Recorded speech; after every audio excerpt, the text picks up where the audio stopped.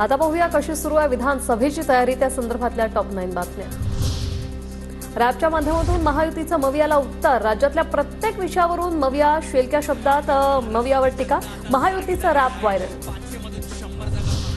विधानसभा निवडणुका जाहीर होण्यापूर्वी भाजपची राज्याची पहिली यादी येणार, सूत्रांची माहिती। 30 ते 35 उमेदवारांचा पहिल्या यादीत समावेश, सूत्रांची माहिती।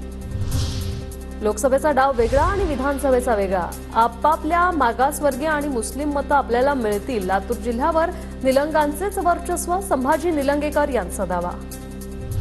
नरहरी झिरवाळांचे पुत्र गोकुळ झिरवळ शरद पवारांसोबतच तुतारीवर लढण्यास ठाम। गोकुळ झिरवाळांची अजित पवारांच्या जनसन्मान यात्रेत अनुपस्थिती। रुपाली चाकणकर खडकवासलामधून विधानसभा लढण्यासाठी इच्छुक। अजित पवारांकडे खडकवासल्याच्या जागेची इच्छा व्यक्त केली, रुपाली चाकणकरांची माहिती। 2 वेळा आदेश मानला, आता संधी मिळाली नाही तर अपक्ष लढणार। भाजपच्या मिनल खदगावकरांचा बंडाचा इशारा। खदगावकर नांदेडमधील नायगावमधून लढण्यास इच्छुक।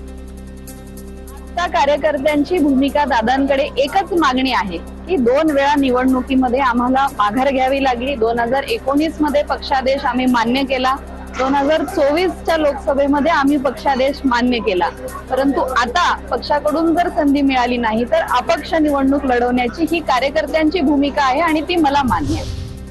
शरद पवार गटाची उद्यापासून शिवस्वराज्य यात्रा। पहिल्या टप्प्यातील 10 दिवसात 7 जिल्ह्यात प्रचार, तर 11 ऑगस्टला सोलापूर दौरा। बार्शीत आयोजित मेळाव्यात पवार उमेदवारीबाबत संकेत देण्याची शक्यता।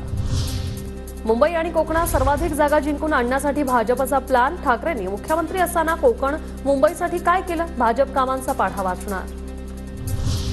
मुंबईतल्या शिवडी मतदारसंघात मनसेचे उमेदवार बाळा नांदगावकरांची अभिवादन यात्रा। स्मृतिस्थळावर जात बाळासाहेब ठाकरेंना अभिवादन। मीनाताई ठाकरेंच्या पुतळ्याला पुष्पहार अर्पण करत यात्रेला सुरुवात।